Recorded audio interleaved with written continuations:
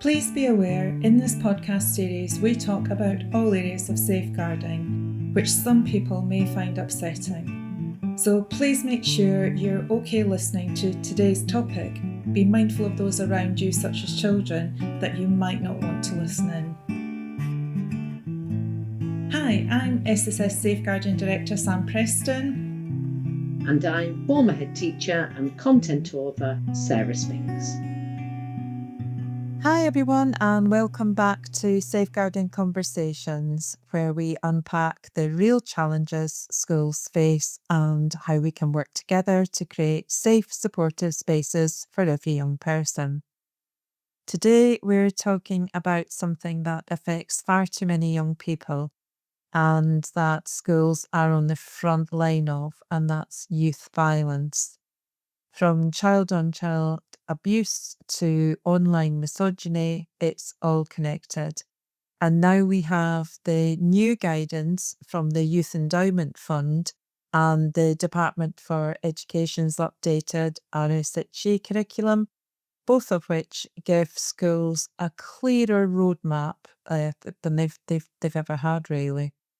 So before we dive in, a really important point, the updated RSHE guidance, the 2025 guidance, doesn't take effect until September 2026. So schools have been given this time this year to prepare.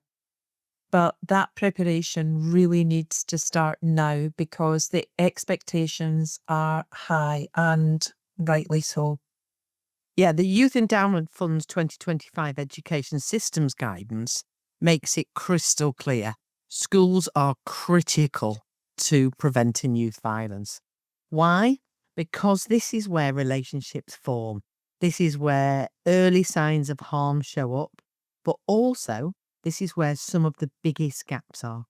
Yeah, for example, in the YEF's survey, which was of 9,500 teachers, nearly half said they weren't confident intervening in incidents of sexual harm between pupils, and 7 in 10 felt unprepared to deliver violence prevention strategies.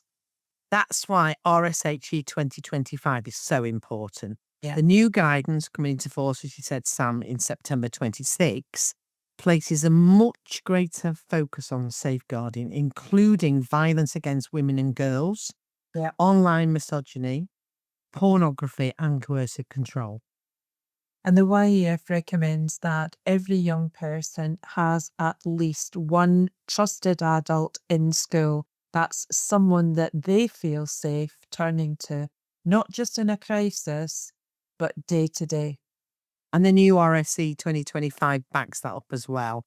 So the new curriculum framework makes clear that building healthy relationships isn't just about lessons, it's about the school environment. So pupils need emotional literacy, yes, but they also need adults who model empathy, boundaries, and respect. Yeah, it's about embedding social and emotional learning, isn't it, across school life, not just bolting it on. Thinking assemblies, tutor time, behaviour systems. Social and emotional learning has to be a living culture.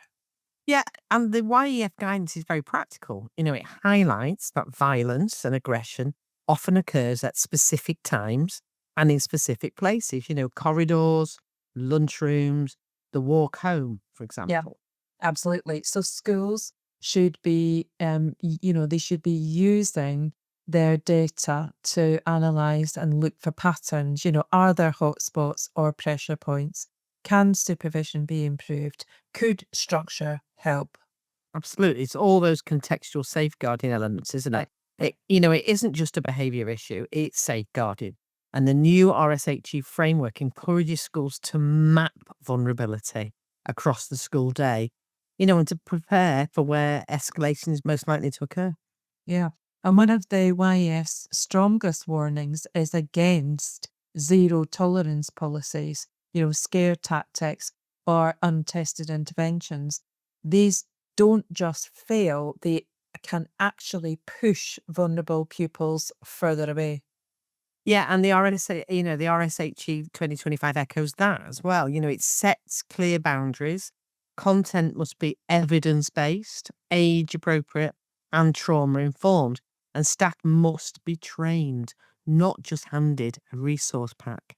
Absolutely. A big shift is around misogyny and online harms, and schools are now expected to explicitly address the Andrew Tate style influencers, AI generated abuse, and the impact of porn on beliefs and behaviour.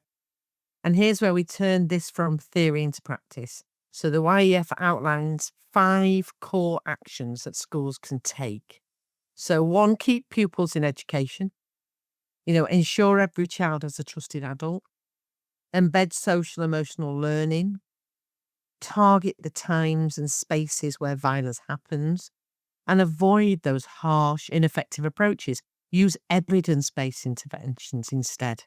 Yeah, and to support that, RSHE 2025 gives schools a structured, progressive curriculum to work with, but it's up to schools to make it work. Yeah, and just as important, don't wait. As you said, Sam, don't wait until 2026. Use this coming year to audit your curriculum, train your staff, and consult with pupils and families. Preparation time is an opportunity, not a delay. Well, the YEF is recommending a 100 million investment over 5 years to help schools lead this work.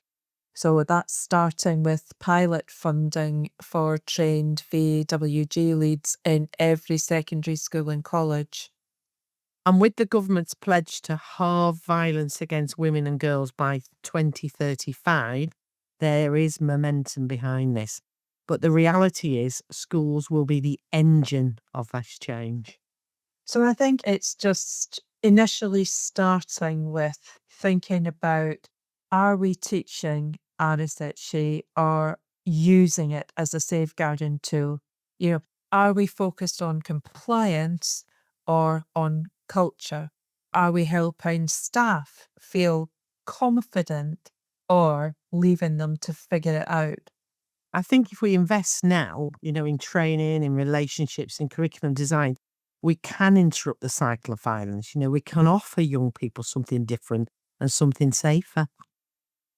Absolutely. I mean, I'm hoping if, you're listening to this, your SLT, share this information with your RSHE lead and your DSL, because this isn't just an RSHE issue, it's a safeguarding issue.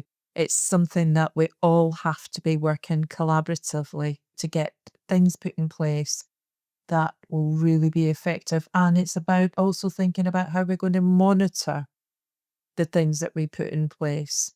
It isn't just about, all right, well, we'll do this, tick a box, we're doing that.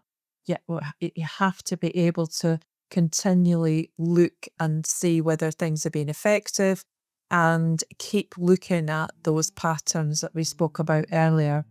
The most effective violence prevention work, it doesn't start with fear. It starts with respect, trust, and hugely important with education. Thanks for joining us.